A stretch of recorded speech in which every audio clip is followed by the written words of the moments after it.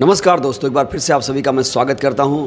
मायावती जी के खिलाफ लगातार आपत्तिजनक टिप्पणी की जा रही है। अभी देखा आपने हाल ही में करवा चौथ के दिन एक व्यक्ति ने किस तरीके से उनके फ़ोटो के साथ बदतमीज़ी की। हालांकि वो गिरफ्तार हो गया, लेकिन कई सारे ऐसे नेता और खुलकर सामने आ रहे हैं जो मायावती जी के खिलाफ जाति सूचक शब्दों का इस्तेमाल कर रहे हैं। गिरफ्तारियां तक नहीं हो पा रहे हैं, FIR दर्ज नहीं हो पा रही है। हमारे साथ हैं वरिष्ठ वकील मनोज कुमार जी। मनोज कुमार जी, बहुत स्वागत आपका। सभी साथियों को मेरा क्रांतिकारी जय भीम। आपको भी बहुत बहुत धन्यवाद और जय भीम आपको साथियों में सभी जो मेरा चैनल देख रहे हैं, इनके माध्यम से आप धन्यवाद के पात्र हैं, क्योंकि आप छोटी छोटी घटनाओं को भी लेकर आते हैं। ये जैसी जो आप बात कर रहे हैं, ये मेन मीडिया में तो आती नहीं। मेन मीडिया इन बातों को लेकर आती नहीं, वो इसलिए नहीं लेके आती क्योंकि ये जिस तरह का मीडिया आज हमारा है, मनुवादी मीडिया है, मनुवादी सोच का मीडिया है, उनके अपने फेवर की बात करता है। मैंने तो आप ये कहो कि पिछले 4 साल से टीवी नहीं देखा, मैंने मेन मीडिया नहीं देखा, मैं केवल सोशल मीडिया देखता हूँ। मैंने मेन मीडिया देखता नहीं, समाचार देखता ही नहीं, मैं बिल्कुल भी कुछ नहीं देखता। मैं केवल सोशल मीडिया पे बात करता हूँ, उसी को मैं देखने का काम करता हूँ, क्योंकि सोशल मीडिया के पास वक्त है और वो छोटी छोटी बुराइयों को समाज में क्या हो रहा है और किस नेता के प्रति वैमनस्य है, किस नेता की बेइज्जती की जा रही है, उसको बातों को लेकर आपने कहा। हमारे आदरणीय नेता हैं बहन कुमारी मायावती जी, बहुजन समाज पार्टी की जो राष्ट्रीय अध्यक्ष हैं, 4 बार की मुख्यमंत्री उत्तर प्रदेश की, जिसको पूरे उत्तर प्रदेश को बौद्ध में करने का काम किया। मैं कह रहा हूँ लाखों लोगों को सरकारी नौकरी देने का काम किया, करोड़ों बच्चों को एडमिशन फ्री देने का काम किया। ऐसी महानेता, ऐसी सुश्री बहन कुमारी मायावती जी के यदि किसी फोटो पर उसने क्या आपत्तिजनक है, ये निंदनीय घटना है और ऐसे आदमी के खिलाफ में FIR दर्ज होकर उसे तो जेल भेजना चाहिए। यदि अरेस्ट कर लिया तो उस पर उसे बेल नहीं मिलनी चाहिए जब तक कि ये मामला पूरा कंप्लीटली डिसाइड कोर्ट के ट्रायल ना हो जाए। क्योंकि इस तरह के जो लोग होते हैं उनके आप देखिए कि एक ऐसा आदमी, कितनी दुश्मनी होगी उसे बहन जी से, मायावती जी से कितनी, बहन कुमारी मायावती से कितनी दुश्मनी होगी, उनके फ़ोटो को लेके आप जो है इस तरह की जो आपत्तिजनक स्थिति या इस तरह की कृत्य कर रहे हैं। अभी करवा चौथ के दिन बहन कुमारी मायावती जी जो अनमैरिड हैं, हमारी बहन जी, आप उनके फ़ोटो के साथ ऐसा कर रहे हो तो ये गलत है। उसे तो मैं कहना चाहिए ऐसे आदमी का को तो उसकी नागरिकता ख़त्म कर देनी चाहिए देश में से। ऐसे आदमियों को, और वो डेफिनेटली मैं बता रहा हूँ, वो भाई अपोजिट पार्टी का आदमी होगा जो इस तरह की बात करता है, उनकी मानसिकता मनुवादी मानसिकता होगी, वो बहन जी से नफरत करता होगा, बहुजन समाज पार्टी से नफरत करता होगा। ये सुर्खियों में आने के लिए ऐसा क्या होगा? सुर्खियों में ऐसा भी हो सकता है, सुर्खियों में आने के का उसका तो फ्यूचर ही बर्बाद हो जाएगा, जिस पर FIR दर्ज करके जेल चला जाएगा। तो एक केस आज की डेट में 15-20 साल से पहले निपट ही नहीं रहा है, कोर्ट में भी, सुप्रीम कोर्ट तक चलेगा, तो वो तो पूरी लाइफ उसकी खत्म होगी, ना इलेक्शन लड़ सकता है, ना सरकारी नौकरी लग सकती है, कुछ नहीं। उसने तो फ्यूचर बर्बाद कर लिया अपना इस तरह का कृत्य करके बहन जी के फोटो के साथ में। तो ये गलत है। ऐसी मानसिकता के लोगों को इनकी नागरिकता खत्म होनी चाहिए इन लोगों को, ताकि लोगों को पता चला है कि एक राष्ट्रीय लेवल की छवि के नेता को और एक दलित नेता को जो रिजर्वेशन की लड़ाई लड़ रही है, जो बहुजन समाज पार्टी की मुखिया हैं, उनके साथ में इस तरह की यदि घटना हो रही है तो ऐसा नहीं होना चाहिए। ये बिल्कुल गलत है, सरासर गलत है। बीजेपी के एक नेता ने और जाति सूचक शब्दों का इस्तेमाल किया, झांसी से खबर है। उससे पहले मथुरा के मार्ट से विधायक MLA ने, बीजेपी विधायक ने कहा था कि मायावती जी को मायावती बीजेपी ने बनाया और सबसे भ्रष्ट CM यूपी की।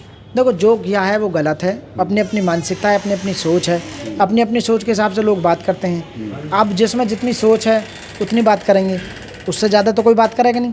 तो ये जो छोटी सोच के जो लोग हैं, ये अनपढ़ लोग हैं, ये केवल पॉलिटिकल बेनिफिट लेने के लिए अपने स्टंट को एक साथ रात मतलब एक रात में नेता बनना चाहते हैं, एक रात में पब्लिसिटी हासिल करना चाहते हैं, एक रात में ऐसा चाहते हैं मैं ऐसा कोई काम करूं जो बड़ी पार्टी मुझे ले ले और मुझे टिकट दे दे, और या मुझे मतलब मेरी जान को खतरा है तो मुझे जेड सिक्योरिटी दे दे कि आपने इस बड़े नेता के साथ में ऐसा किया था तो जेड सिक्योरिटी मिल गई उसे, आपने दंगे फैलाए तो जेड सिक्योरिटी मिल गई, आपने बड़े नेता की या किसी अभिनेता को धमकी दी तो जेड सिक्योरिटी मिल गई, आपने बीजेपी के फेवर में बोला तो जेड सिक्योरिटी मिल गई, RSS के फेवर में बोला तो जेड सिक्योरिटी मिल गई। तो ये एक रात में नेता बनना चाहते हैं, काम करना नहीं चाहते देश के अंदर। ये केवल पैसा लूटने के लिए नेता बनना चाहते हैं। ये केवल ये दिखाना चाहते हैं बड़े लीडर्स को, जैसे हमारे प्रधानमंत्री जी हैं, मुख्यमंत्री जी हैं, कि मैं तुम्हारे फेवर की बात कर रहा हूँ। ऐसा नहीं है। मैं उनसे बीजेपी शासन में ऐसा हो क्यों रहा है? लगातार इन्हीं के नेता टिप्पणी कर रहे हैं बहन जी पर। आप ये कैसे कह सकते हैं इन्हीं के नेता हैं? मैं बिल्कुल नहीं कहता। नाम सामने आया है। नहीं, आप ये कैसे कह सकते हैं इन्हीं के वोटर भी हो सकते हैं, या दूसरी पार्टी के नेता किसी का नहीं होता। नेता हमेशा पैसा लेता और कुछ नहीं करता। नेता की कोई अपना ईमानदारी नहीं, कोई नेता का विश्वास नहीं, कोई जमीर नहीं। वो जमीर बेचकर अमीर बनने वाला होता है नेता, और ये पलटी मारते रहते हैं। तुमने देखा हो कांग्रेस वाले बीजेपी में चले जाते हैं और बीजेपी वाले आम आदमी पार्टी में चले जाते हैं, आम आदमी पार्टी वाले कांग्रेस में आ जाते हैं। मैं देख रहा हूँ बहुजन समाज पार्टी छोड़ के दूसरी पार्टी में, ये सत्ता में हमेशा बनाए रहना चाहते हैं, सत्ता का मजा, समाज पार्टी सत्ता का मजा लेना चाहते हैं। अब उस सत्ता का मजा इतना बढ़िया है, हमेशा ये सत्ता में रहना चाहते हैं, क्योंकि पावर है ना, पावर, पॉलिटिकल पावर सबसे बड़ी पावर है। उसमें पैसा भी है, शोहरत है, इज्जत है, उन्हें सब कुछ मिलता है। बसपा को भी कहाँ देख रहे हैं, क्या ग्राफ गिरा है अब? ना, अभी तो पिछले काफ़ी दिनों से ग्राफ गिर ही रहा है, वोट बैंक घट रहा है। अब वोट बैंक इसलिए घट रहा है कि कुछ लालची नेता पार्टी को छोड़ के वहाँ चले गए, इसलिए वोट। लेकिन भविष्य में, क्योंकि जो बसपा है ना, बसपा एक विचारधारा पर टिकी हुई पार्टी है, उसकी एक अपनी विचारधारा है। आपने कहीं दंगे करते नहीं देखे होंगे, आपने रोड शो करते नहीं देखे होंगे, उनकी अपनी एक विचारधारा है, और वो केवल धीरे धीरे काम करते रहते हैं। और आज भी 12% वोट उनका है, अभी भी वर्तमान में है। और आप आने वाले समय में देखिए, ये नेता जो टूट के गए हैं, तो वो टूट के यहाँ भी आएंगे। जब सत्ता में 2007 से 2012 तक बहन जी सीएम थी, उस समय 60-65 पंडित, ब्राह्मणों की बात कर रहा हूँ, वो एमएलए हुआ करते थे और मंत्री हुआ करते थे। सतीश मिश्रा कौन है? मंत्री थे।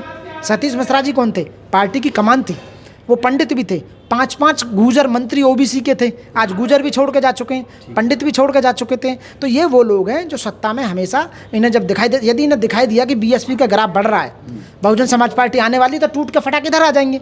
तो मैं कह रहा हूँ ना, ये हमेशा बनाए रखने लगे। ये केवल अवसरवादी लोग हैं, ये कभी एक और गंभीर आरोप बहन जी पर कि बहुत दबाव में है, एजेंसियों का दबाव है, बीजेपी दबाव में है, सब कुछ बीजेपी के हिसाब से चल रहा है। बस मैं इस बात को खंडित करता हूँ पूरी तरह से। बहन जी किसी के दबाव में नहीं है, ना बीजेपी का दबाव है, कोई दबाव नहीं। यदि बीजेपी का दबाव होता तो बहन जी को जेल भिजवा देते। अब तक सारे नेता जेल में भिजवाए, बीजेपी ने भिजवाए ना भिजवाए। यदि बहन जी की कोई गलती होती तो बीजेपी वाले जेल में भिजवा देते, उनकी प्रॉपर्टी को सीज कर देते। देखो, जितने भी लालू यादव है और जितने नेता हैं, खासकर आम आदमी पार्टी के जो भ्रष्टाचार हुआ, वो जेल में भिजवाए। बहन जी का बीएसपी का कोई नेता, कोई एमएलए, कोई एमपी आज तक जेल में, यही जो आप कह रहे हैं ना कि नहीं भिजवाया, ईमानदारी की नहीं कह रहे हैं कि कॉम्प्रोमाइज कर लिया, जैसा बीजेपी चाह रही वैसा हो रहा है, इसलिए जेल नहीं भिजवाया। ये समाज के लोग आपको जीने नहीं देंगे। यदि ऐसा नहीं हो रहा तो ऐसा होगा, इसका मतलब सेटिंग है बीजेपी के साथ बहन जी की। बहन जी को बी वो बताएंगे, बी टीम है बहन जी की, तो जीने नहीं देंगे ये। यदि बहन जी ईमानदारी के साथ में काम कर रही है और यदि बीजेपी के नेताओं के साथ उनके अच्छे संबंध है, प्रधानमंत्री के साथ अच्छे संबंध है, तो लोग ये साबित करेंगे कि नहीं जी, ये उनकी मदद से जेल नहीं जा रही। अगर कुछ काम ही नहीं तो जेल क्यों जाएंगे? आपने कहा अच्छे संबंध हैं मोदी जी से, यदि लोग कहते हैं, यदि मैं नहीं कह रहा, यदि लोग कहते हैं कि उनके अच्छे संबंध हैं, उनको सुबह सुबह या उनके जन्मदिन की मुबारकबाद देते हैं, या कोई बीजेपी के नेता की मुबारकबाद देते हैं, या कोई ऐसा काम करते हैं कि जिसमें बीजेपी वाले भी हैं और वो भी आ रहे हैं, तो ये सोचते हैं कि इसका मतलब कहीं ना कहीं, क्योंकि हमारे जो लोग हैं, ये जितने भी लोग हैं, सोचते ज़्यादा हैं। नेताओं की दोनों तरफ की बात सोच लेते हैं, बहन जी की तरफ की सोच लेते हैं, बीजेपी वालों की तरफ। अपना जजमेंट 2 मिनट में मीडिया पर सुना देते हैं, 1 मिनट में कह देते हैं कि ये बी कॉपी है और बहन जी तो बीजेपी से मिली हुई हैं, जबकि ऐसा नहीं। तो बहन जी बीजेपी से मिली हुई हैं, तो फिर बीजेपी के खिलाफ अपने कैंडिडेट क्यों उतार रही हैं बहन जी? ये साफ जाहिर है ना। तो ये सब गलत है, ये सब पार्टी को बदनाम करने की बात है और छवि नीचे गिराने की। बहन जी जैसा नेता युगों में आता है, ऐसा हर एक कोई नहीं होता बहन जी, ठीक है ना साथ। चंद्रशेखर जी को कैसे देखते हैं चुनाव में? बढ़िया, अच्छी बात है, समाज में बढ़िया है। मैं कह रहा हूँ इस दलित समाज को ऊपर लाने के लिए, उनका डेवलपमेंट करने के लिए दलित नेताओं की बहुत ज़्यादा आवश्यकता है। अभी तो 100 चंद्रशेखर और भी आने चाहिए, जब जाकर कहीं जाकर 100 चंद्रशेखर, हाँ, ऐसे नेता। कितनी मायावती? 100 मायावती और भी आनी चाहिए। मैं देखो ज़्यादा से ज़्यादा नेता आने चाहिए। आप बताइए, 30 साल पहले बहन जी पैदा हुई राजनीति में, 30 साल से बहन जी हैं, अब 30 साल बाद एक चंद्रशेखर हैं, इतना बड़ा गैप।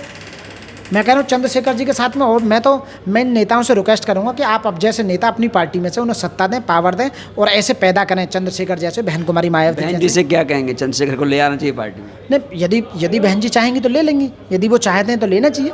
दोनों नेताओं को एक साथ यदि एक मुकाम पर काम करेंगे तो घर एक मजबूत होगा, अच्छी बात है। खटास इतनी ज़्यादा क्यों है, ऐसा दिखता है? मैं इस बारे में नहीं कह सकता, कोई सवाल नहीं, मुझे पता नहीं है, वो बड़े लेवल की बात है। पर लेकिन फिर भी मैं आज यही कहूँगा कि चंद्रशेखर भाई अच्छा काम कर रहे हैं, समाज की आवाज़ उठा रहे हैं। बहन जी भी समाज की आवाज़ उठा रही हैं, रिजर्वेशन की लड़ाई लड़ रही हैं, अस्तित्व की लड़ाई लड़ रहे हैं। सुधारता से आप बात कर रहे हैं, ऐसा बसपा का नेता कोई नहीं कहता चंद्रशेखर अच्छा काम कर। ना, मैं कोई बसपा का नेता नहीं हूँ, मैं तो वोटर हूँ, बसपा का समर्थक हूँ। मैं तो समाज सुधारक हूँ, I am a social engineer. मैं तो समाज का हूँ, मैं तो जिस समाज के एंगल से देख रहा हूँ मैं वो बात कर रहा हूँ। दोनों अच्छे नेता अच्छा काम कर रहे हैं, हमारे चंद्रशेखर भाई भी, बहन कुमारी मायावती जी भी। पहले आप हर समय में दलित नेता बहुत रहे हैं, आप पीछे नेताओं को देख लो, वो भी रहे, अलग अलग पार्टियों में रहे। तो यही है एक चिंता की बात लोग कर रहे हैं, चिंतित कि भाई दोनों आ गए, वोट बढ़ जाएगा, वही पार्टियां फिर से आएंगी। ना तो वोट बट जाएगा तो जनता के ऊपर डिपेंड है। जनता एक पार्टी को समर्थन दे दे किसी को भी, एक पार्टी अपना आप ही खत्म हो जाएगी। मैं जनता से रिक्वेस्ट करूंगा जो पार्टी तुम्हें अच्छी लगती है, आप ये एनालिसिस कर लें कौन बढ़िया काम कर सकता है या किया है जिसने, उस पार्टी को समर्थन दें, दूसरी पार्टी को रोक दो आप। ये जनता के ऊपर डिपेंड है, वोटर के ऊपर डिपेंड है। वोटर क्लू देंगे जनता को? मैं ये नहीं कहता, ये तो मैं तो पढ़ा लिखा आदमी हूँ, तो मैं ये कहूँगा तो फिर तो मैं बदनाम हो जाऊँगा। आप इन्होंने कहा कि सरकार को देना चाहिए, तो मैं ये नहीं कहना चाहूँगा। मैं कहूँगा साथियों मेरी दोनों को कामनाएँ हैं कि वो दोनों बढ़ें और काम करें देश के अंदर, समाज का। आगे 27 में चुनाव है, पहले उपचुनाव भी है। बसपा उपचुनाव नहीं लड़ती थी लेकिन उपचुनाव लड़ रही है। बसपा की अपनी नीतियाँ हैं, बहन जी की अपनी नीतियाँ हैं, हर पार्टी की अपनी नीति होती है, अपनी नीतियों के साथ से काम करती है। बहन जी जो कर रही हैं बढ़िया कर रही हैं, चंद्रशेखर जो कर रहे हैं वो भी बढ़िया कर रहे हैं, तो करे जाएँ। हमारी शुभकामनाएं दोनों के साथ हैं साथियों। स्वामी मौर्य जी को क्या बसपा में आना चाहिए?